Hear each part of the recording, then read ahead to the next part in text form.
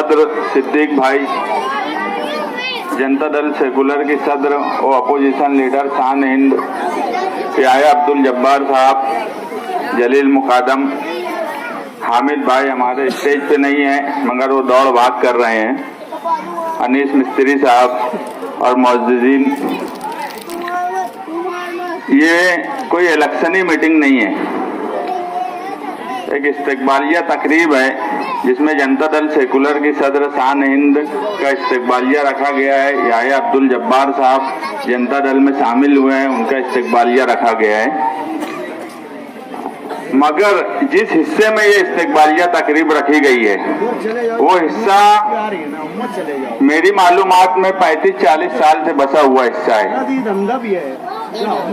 मगर यहाँ पर तरक्की के नाम पर कुछ ऐसा हासिल नहीं हुआ जिसको मालेगांव शहर में ये समझा जाए कि यहाँ बुनियादी ज़रूरत जो आवाम की, शहरियान की जो बुनियादी ज़रूरत होती है, नहीं हमारा ये नहीं बोलना है कि यहाँ ताजमहल बना दो कि लाल किला बना दो, मगर जो बुनियादी ज़रूरत है वो भी हासिल नहीं। 2007 में हमारे मरहूम फारूक सेठ साहब यहाँ से चुनकर गए, उस वक्त जरूर यहाँ पे बुनियादी कामकाज हुए, उन्होंने भी कोई ताजमहल नहीं बनाया वार्ड में, मगर बुनियादी काम वो बहरहाल करते थे, यही यहाँ की आवाम की राय भी है। मेरी खुद की समझ ऐसी है कि इस वार्ड को तो ऐसा होना चाहिए था कि मालेगांव शहर का दूसरे हिस्से का कोई भी आदमी जब इस वार्ड में दाखिल हो तो उसको लगना चाहिए था कि यार ये मेयर का वार्ड है, यानी उसको बोलने की भी जरूरत महसूस नहीं होना चाहिए थी कि ये वार्ड किसका है, और कोई एक बार के मेयर का नहीं है। पिछले 10 साल से 7.5 साल मेयर का दौर रखने वाले, स्टैंडिंग कमेटी का ओहदा रखने वाले, उनका वार्ड ऐसी हालत है कि पूरे शहर में सबसे ज्यादा अगर किसी वार्ड की बदनामी है तो वो वार्ड नंबर 20 है।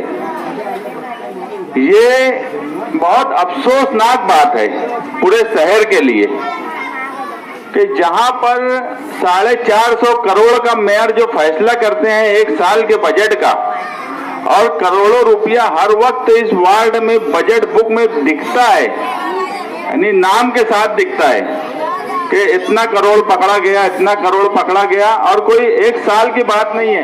ए बेटा खामोश बैठ, कोई एक साल की बात नहीं है, हर साल पकड़ा जाता है।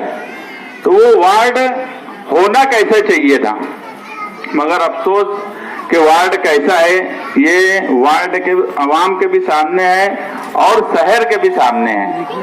अब मुझे मालेगांव शहर के दूसरे वार्ड के बारे में फिलहाल नहीं बोलना है, मैं तो सिर्फ ये चाहता था कि यार ये मेयर का वार्ड जो है इसमें तो तामीरी काम जो बजट जो रिलीज होता है कारपोरेशन से, ऐसा होना चाहिए था कि हम भी जो दूसरे वार्ड में हैं ये देखकर सुकून मिल जाए कि यार मेयर ने चलो शहर में काम नहीं किया तो अपने वार्ड में तो कुछ काम किया है।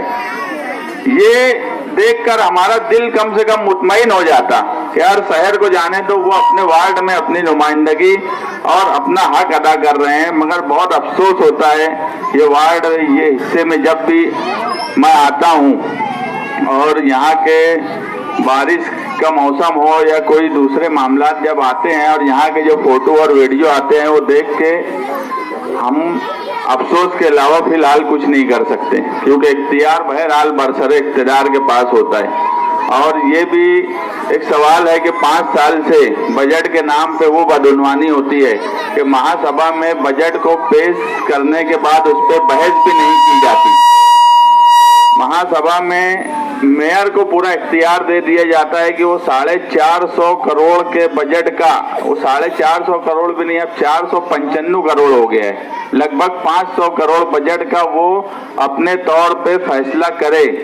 और वो इख्तियार अक्सरियत के बलबूते पे ले लेने के बाद जो हाल उनके खुद का वार्ड का किए हैं, तो मैं तो आज बोल रहा हूँ कि मेयर की, तायरा मैडम की हिम्मत नहीं है कि अब उस वार्ड से इलेक्शन लड़ ले।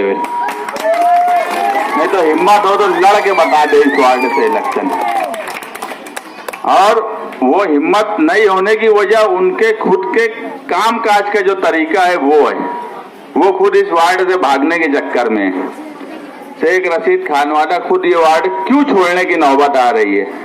मेयर का वार्ड इतना डेवलप होना चाहिए था, इतनी यहाँ पे बुनियादी सहूलत होनी चाहिए थी कि उनके आसपास के भी जो वार्ड हैं, लोगों ने बोलना था कि यार नहीं ये मेयर का वार्ड था, वो अब इस तरफ भी आएंगे तो हम उनके साथ रहेंगे। मगर खुद के वार्ड से भागने की नौबत आ रही है, तो आप समझ लो कि इस शहर में उनका क्या हालात है आने वाले कारपोरेशन के इलेक्शन में। और वो इस वार्ड से भागकर कहीं पर जाकर बहुत सेफ हो जाएंगे ऐसा नहीं, पूरे शहर का हाल उन्होंने यही करके रखा है कि ये 20 साल में कांग्रेस पार्टी ने शहर को वो खंडर बनाया, वो हालात हो गए हैं कि मैं जो बार बार बोलता हूँ कि ये शहर का मुकाबला पहले औरंगाबाद नासिक से होता था निहाल साहब के वक्त में, आज नदी के उस पार से हम पिछड़ गए। ये सिर्फ और सिर्फ कांग्रेस पार्टी की गैर मंसूबाबंदी और इख्तिदार हासिल करने के लिए फिरका परस्तों से जो डील की जाती है, ये उसका भुगतान पूरा शहर भुगत रहा है। और आने वाले वक्त में, ये मैं बोला कोई इलेक्शनी मीटिंग नहीं है, जब इलेक्शन आएगा तो हम एक एक चीज यहाँ पर बता देंगे कि इस वार्ड में 5 साल में और उस पिछले 5 साल में कितना बजट आया। मगर ये आज इलेक्शन को बहुत वक्त है, मगर जनता दल जो है शहर में बहुत मजबूत हो गई, पिछले 10 सालों में सबसे मजबूत पोजीशन में है। और याया अब्दुल जब्बार जैसे लोग जब पार्टी के साथ जुड़े तो पार्टी के अंदर और मजबूती आई। मैं उनका शुक्रिया अदा करता हूं, आजाद अनवर साहब का शुक्रिया अदा करता हूं कि उन्होंने पार्टी को मजबूत करने का काम किया। और हम भी उनके साथ साना बसाना खड़े रहेंगे, हर वक्त खड़े रहेंगे। वो आज का पीरियड हो या आने वाला वक्त में इलेक्शन का पीरियड हो, हम उनके साथ कदम से कदम मिलाकर चलेंगे। क्योंकि एक बात तो हम ये यकीनी तौर पे मानते हैं कि याया अब्दुल जब्बार साहब कांग्रेस में भी थे, तो भी कुछ लोग ऐसे होते हैं, वो कोई भी पार्टी में हो, बहरहाल वो अच्छे होते हैं। यही याया अब्दुल जब्बार साहब की खासियत थी कि समाजी खिदमत करने वाले लोग जो सियासत में धीरे धीरे सभी पार्टियों में खत्म हो रहे हैं। मालेगांव शहर में निहाल साहब के टाइम जो वर्कर की बात बोली जाती थी, वो वर्कर बोले तो समाज की खिदमत करने वाला, वो धीरे धीरे इस शहर में सियासी पार्टियां खत्म करती चली जा रही है। कांग्रेस पार्टी ने पैसे की वो रेल पेल की इस शहर में कि हर आदमी को समाजी खिदमत के नाम पे भी पैसे का सवाल आने लगा।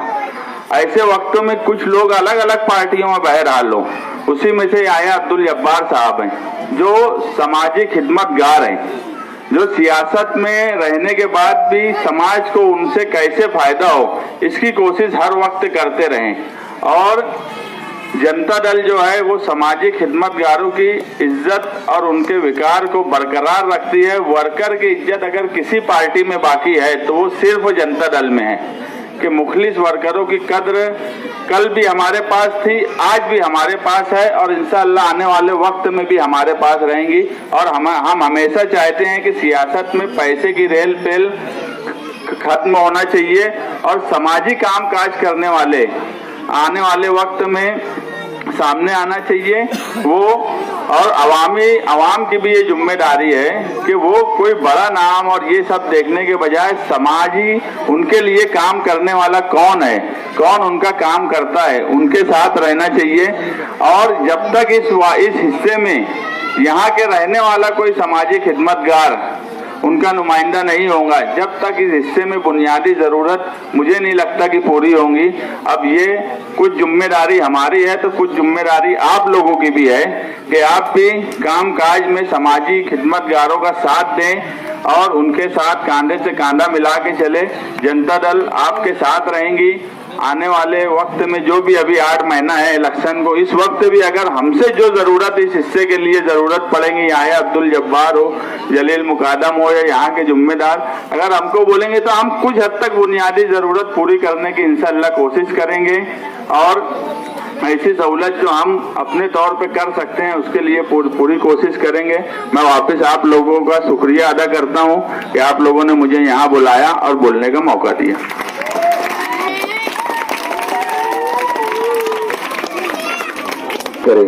जलील मुकादम सब फूल हार जो ऊपर निकाल लें ताकि आसानी रहे।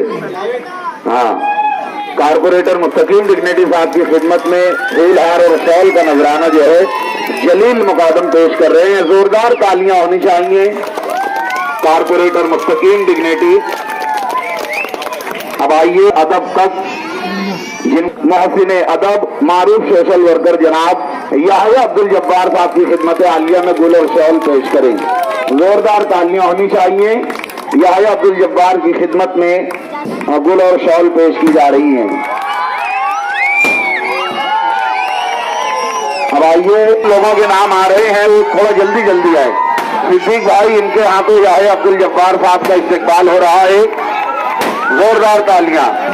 तमाम जिम्मेदारान, सबसे बड़ी खुशी की बात है कि आप लोगों ने वक्त पर अपनी आंखें खोल ली और ये महसूस कर लिया कि ये वार्ड मेयर का होने के बावजूद भी इस वार्ड को एक सादे कारपोरेटर की तरह भी तवज्जो नहीं मिली। और आप लोगों ने ये महसूस करने के बाद अपने बीच का ऐसा शख्स जो आप लोगों के लिए खिदमत करता है, आप लोगों के कामों में दिलचस्पी रखता है, न सिर्फ वार्ड के काम बल्कि घरेलू काम में भी आप लोगों की मदद करता है, ऐसे आदमी की आप लोगों ने पजीराई की और उनको उम्मीदवारी के लिए राग़िब किया। एक बात आप समझ लो, अगर एक वर्कर चुन के जाता है तो वो वर्कर जो है वो दर्द रखता है समाज के हर शोबे का, लोगों की फिक्र करता है। इसलिए किसी वर्कर का चुन के जाना ये वार्ड के लोगों के लिए खुशनसीबी की बात होती है। आप लोग जितनी जोर से पटाखे फोड़ रहे हैं और इस्तकबाल कर रहे हैं, मैं कहती हूँ कि ये सारे जोश को आप बचा के रखो। जब आप लोग याहिया भाई की निगरानी में, उनकी सरपरस्ती में इलेक्शन लड़ो और तुम्हारी पसंद से वो चुन कर आ जाए तो ये जोश का इजहार करो और इससे बेहतरीन आप लोग इस्तकबालिया प्रोग्राम रखो, जब ही ये सारी मेहनत आप लोगों की और उनके जो इतने सालों की मेहनत है वो वसूल हो पाएगी। और याद रखो ये उनके फायदे की बात नहीं है, ये आपके इलाके के फायदे की बात है। जब आप अपने इलाके में कोई वर्कर को चुन के दोगे तो आप फर्क महसूस कर लेना कि एक मेयर को चुन के देने में और एक वर्कर को चुन के देने में कितना फर्क था, जो तुम्हारे दर्द का एहसास रखेगा। मैं यहाँ जिस रोड से चल आ रही थी वो आधी रोड बनी हुई थी और पता नहीं क्या हुआ कि आधी रोड बंद हो गई। ये क्या मामला है समझिए। कई जगह मैं परसों के रोज याहिया भाई के साथ 2-4 गलियां इस एरिया की घूमी, जगह जगह मैं देख रही हूँ कि बीच बीच में से रास्ते में काम अधूरा रह जाता है। कौन सा इंजीनियर आके ये काम करता है, कौन से इंजीनियर के अंडर में काम होता है, यही समझ में नहीं आता। कहीं रोड इतनी ऊंची होती है, कहीं बिल्कुल नीची होती, रोड खत्म होता समझ में नहीं आता। गटर के ऊपर जो देखेंगे तो खुला हुआ गटर है। मैं खुद आए थे, मेरे साथ अर्जुन भाई, मुझे बोले देखना भाई कहीं गिर ना जाए। ये हालात है इस वार्ड के। आप ये समझ लो कि आपके वार्ड से मेयर चुन के गया है, दोनों मर्तबा का रहने वाला मेयर इसी वार्ड का नुमाइंदा था, और आपके वार्ड की क्या हालत है। तो आप समझ लो कि पूरे शहर को इन लोगों ने किस तरह खंडर बना के रखा है, जो अपने वार्ड की तवज्जो नहीं देते। आजाद अनवर साहब अपने अशार में बोल रहे थे, शेर का लक़ब दे रहे थे याहिया भाई को। शेर वही है जो पूरे 24 घंटा और 5 साल तुम्हारे बीच में रह के काम करता है। नहीं तो अभी एक नया ट्रेंड शुरू हुआ, मैं अभी आ रही थी तो मोबाइल में देख रही थी, शेर इज बैक। तो ये इलेक्शन के टाइम में क्यों बैक होते हैं सारे शेर? नाम आ रहा था शेर इज बैक, अब शेर जिंदा था तो अरे शेर मरा कहाँ था अभी तक? इतने सालों से इलेक्शन हारने के बाद लोग अपने घर में घुस जाते, कोई आवाम का काम नहीं करते, और जब इलेक्शन आने लगता तो सारे शेर बैक हो जाते। तो ये बैक होने वाले शेर ये 5 साल कौन सी बकरी बन के घूमते रहते हैं? कहाँ रहते हैं ये शेर? वही है जो इलेक्शन जीतने हारने की परवाह न करे। खिदमतगार वही है जो तुम लोगों के लिए तुम्हारे दुख सुख में, तुम्हारे तीर त्योहार में, तुम्हारे लॉकडाउन में, तुम्हारे पुलिस स्टेशन के मसाइल में, तुम्हारे रोड के मसाइल में हर वक्त तुम्हारे लिए खड़ा रहे। ये शेर नहीं है जो इलेक्शन हार गए तो घर में घुस गए। फिर अगर इजलास आया तो अभी मैं आ रही थी तो मैंने देखी कि भाई शेर इज बैक आने लगा, तो मैं सोच रही थी कि ये शेर बैक हुए तो पहले कौन सी बकरी बने बैठे थे इतने सालों से। इलेक्शन हार गए। अरे वर्कर वो है, खिदमतगार वो है जो इलेक्शन के नतीजे की परवाह किए बिना लोगों की खिदमत करे। सिर्फ इलेक्शन के वक्त आपके लिए आ जाए वो तुम्हारा हमदर्द नहीं है, वो खुद का हमदर्द है कि इलेक्शन के टाइम में तुमको पूछता है, फिर कर्जेदारों को डर के मारे इधर उधर छुपता है। आप लोग जमूर नगर के इलाके में रहते हैं, इसलिए आपका ताल्लुक कहीं ना कहीं साथी निहाल अहमद साहब के साथ है, क्योंकि आपके इलाके का नाम जमूर नगर इसलिए है कि करीब में जमूर हाई स्कूल। जमूर हाई स्कूल का जो कारनामा है साथी निहाल अहमद साहब ने इसलिए किया था इस इलाके में कि यहाँ पे रहने वाली आबादी इंतहाई गरीब थी। शहर के दूसरे हिस्सों से या महाराष्ट्र के दूसरे हिस्सों से आकर यहाँ बसे थे और साहब हमेशा ये बोलते थे कि रोटी कपड़ा और मकान के बाद सबसे अहम जरूरत है वो है तालीम। साथी निहाल अहमद साहब इतने साल एमएलए रहे, वो मिनिस्टर थे, वो अपोजिशन लीडर थे। वो चाहते तो शहर के किनारे कोई स्कूल बनाने की बजाय शहर के मरकज में स्कूल बनाते, जैसे दूसरी स्कूलें चलती है जो कारोबार का धंधा करती। अगर यही नियत होती सिर्फ स्कूल की तो शहर के जहाँ पैसे वाले लोग रहते वहाँ स्कूल बनाई जाती। लेकिन साथी निहाल अहमद साहब की ये ख्वाहिश थी कि शहर के किनारे के हिस्से में स्कूल बनाई जाए ताकि दूसरे जगह से आने वाले गरीब लोग यहाँ पर रहकर तालीम हासिल कर पाए। वही वजह थी जो यहाँ पर आप लोगों के इतराफ में जमूर स्कूल बनी और आपकी बस्ती जमूर स्कूल के बाद आई, इसीलिए उसका नाम जमूर नगर रखा गया। तो ये मामूली कुर्बानी नहीं है साथी निहाल अहमद साहब के साथ, आप लोगों के साथ जो उन्होंने स्कूल का तोहफा दिया। समझ लो अगर स्कूल बाद में कई स्कूलें बन गई, लेकिन जिस वक्त ये स्कूल बनी उस वक्त कोई यहाँ बड़ी स्कूल नहीं थी या छोटी स्कूल भी नहीं थी जो मेरी मालूमात के हिसाब से। तो आप कम से कम उस बात का ख्याल रखें कि इतनी अजीम सोच थी साथी निहाल अहमद साहब की कि उन्होंने कच्ची बस्ती में रहने वालों को जहाँ घर बनाने का काम दिया। सिर्फ घर ऐसे ही नहीं कि कोई अचानक नगर बस गया, लोग आ गए टटपतरी ठोक दिए, बल्ली पतरा लगा दिए, ये नहीं किया साथी निहाल अहमद साहब ने। उन्होंने बस्तियां बसाई और उस घर का मालिक कानूनी तौर पे रहने वाले को बनाया। और जहां उनका राशन कार्ड का काम जिंदगी भर साथी निहाल अहमद साहब राशन कार्ड का काम करते थे। मैं पूछती थी कि आप क्या जरूरत है अब्बा ये सब करने की, तो वो बोलते थे कि रोटी कपड़ा और मकान ये सबसे जरूरी है और कहीं ना कहीं रोटी का ताल्लुक जो है राशन कार्ड से है। इसलिए वो कोशिश करते थे कि राशन कार्ड लोगों के बने। वो 65 साल के जो लोग रहते थे जिनकी उम्र 65 साल से ज्यादा है, उनके वजीफे के लिए आखिरी वक्त तक लड़ते थे कि पेंशन मिलना चाहिए। मैं सोचती थी कि ये क्यों करते, लेकिन जब आज मैं ये काम करती हूँ या हमारे साथी ये काम करते तो महसूस करते ये 1000 रुपया महीना जो बुजुर्गों को मिलता है ये भले ही अपने लिए कोई अहमियत ना रखता हो, लेकिन उनकी दवा गोली के लिए बहुत बड़ी रकम है ये, जो सहारा है उन लोगों के लिए। तो ऐसे साथी निहाल अहमद साहब की सोच हुआ करती थी और साथी निहाल अहमद साहब ने हमेशा वर्करों की इज्जत की। जब कोई एक इम्पोर्टेड बाहर का सेठ उम्मीदवार आया करता था बनिस्बत उनके वर्कर के सामने, तो वो वर्कर को अव्वलियत देते थे। उनका ये कहना था कोई भी एमएलए या एमपी अगर वो म्यूनसिपलिटी ग्राम पंचायत पंचायत समिति का इलेक्शन नहीं लड़ा है तो वो अच्छा एमएलए एमपी साबित नहीं हो सकता, क्योंकि जो आदमी वार्ड का इलेक्शन लड़ता है वही दर्द समझ सकता है लोगों की। और आपके वार्ड में एक ऐसा दर्दमंद आदमी जो इलेक्शन लड़ने जीतने हारने की परवाह किए बिना आपके लिए काम करता रहा। ये याद रखो, वक्ती फायदा जो इलेक्शन के वक्त में आकर लोग लालच देते हैं उसमें आ जाना मतलब अपने 5 साल जाय करना। ऐसे तुमको वक्ती फायदा या गुंडागर्दी, जो मेरे साथ बैठे हुए लोग थे मुझे बताया कि यहाँ बहुत गुंडागर्दी होती है। अरे मोमिन सिर्फ खुदा से डरता है और किसी के बाप से नहीं डरता। अगर तुमने ये तैयार कर लिया कि हमको हमारे बीच में रहने वाले हमारा साथी जो हर 5 साल में हमारे साथ रहता है, कभी किसी चीज की परवाह नहीं करता है, जिसको आवाज दो तो अपने घर से निकल जाता है, वो नहीं जिनको आप बुलाते रहो और वो आते नहीं। आप चुन के चले जाते हैं यहाँ से, बड़ी बड़ी पोस्ट पा लेते हैं, लेकिन कभी भी आपके दुख सुख में शामिल होते नहीं। अरे यहाँ तक कि उन्होंने ये परवाह भी नहीं की कि मैं इस वार्ड से मेयर बन रहा हूँ या मैं मेयर बन रही हूँ, अगर लोग मेरे वार्ड में जाके देखेंगे तो मुझ पे थूकेंगे कि क्या हालत है।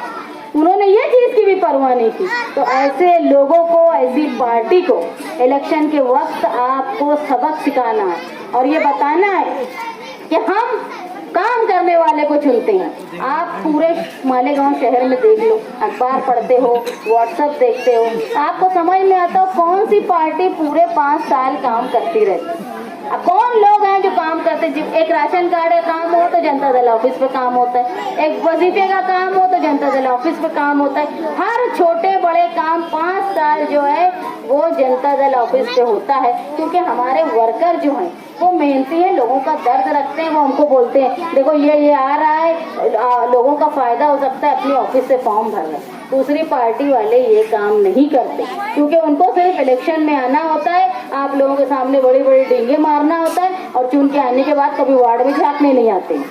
आप ऐसे लोगों को खबरदार रहो, ऐसे लोगों से जब इलेक्शन आए तो अपनी वोट के जरिए उनको जवाब दो कि हमने उसको चुना जो हमारे बीच का था, जो हमारे लिए था और हमारे लिए काम करेगा।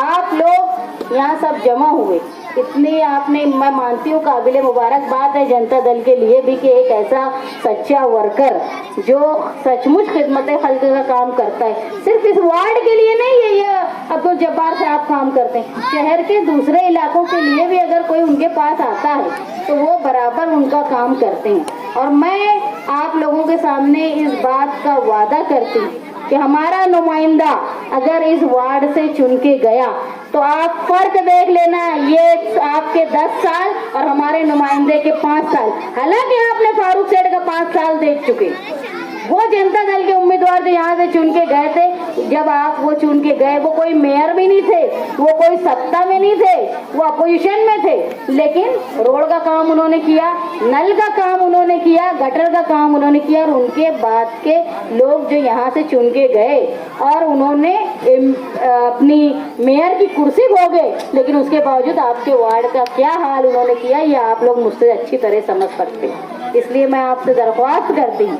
कि जनता दल को हम 2 नजरियात पे चलाना चाहते हैं। एक साथी निहाल अहमद ने जो हमको नजरिया दिया है उसको चलाने के लिए हम नौजवानों का साथ चाहते हैं, उनका जोश चाहते हैं और बुजुर्गों की रहनुमाई।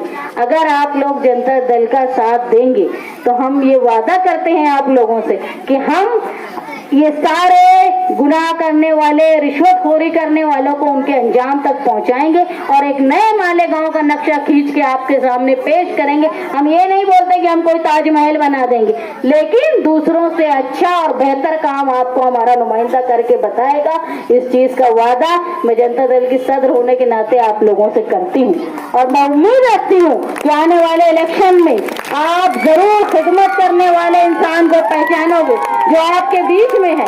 ऐसे आदमी का काम करोगे और चुन के लाओगे, उसके बाद आप फर्क देख लेना। यहाँ अदारे, अंजुमन और बुजुर्गान जो भी यहाँ मौजूद हैं जिन्होंने मुझे बुलाया, इतनी इज्जत दी, जनता दल की कद्र की, मैं आप लोगों की शुक्रगुजार हूँ। जब भी हालात आप लोगों को हमारे महसूस हो, या भाई तो हम लोगों से जुड़े हुए हैं, लेकिन ऐसे भी अगर किसी चीज की जरूरत हो, किसी हालात में हमारी मदद की जरूरत हो तो हम लोगों को बुलाएं। हम लोग खिदमत खल्क को ही, सियासत को ही खिदमत खल्क का सबसे अच्छा जरिया समझते हैं। मैं शुक्रगुजार हूँ आप लोगों की और आइंदा भी आप लोगों के जो काम होंगे हम अभी भी करने के लिए पूरी कोशिश करेंगे।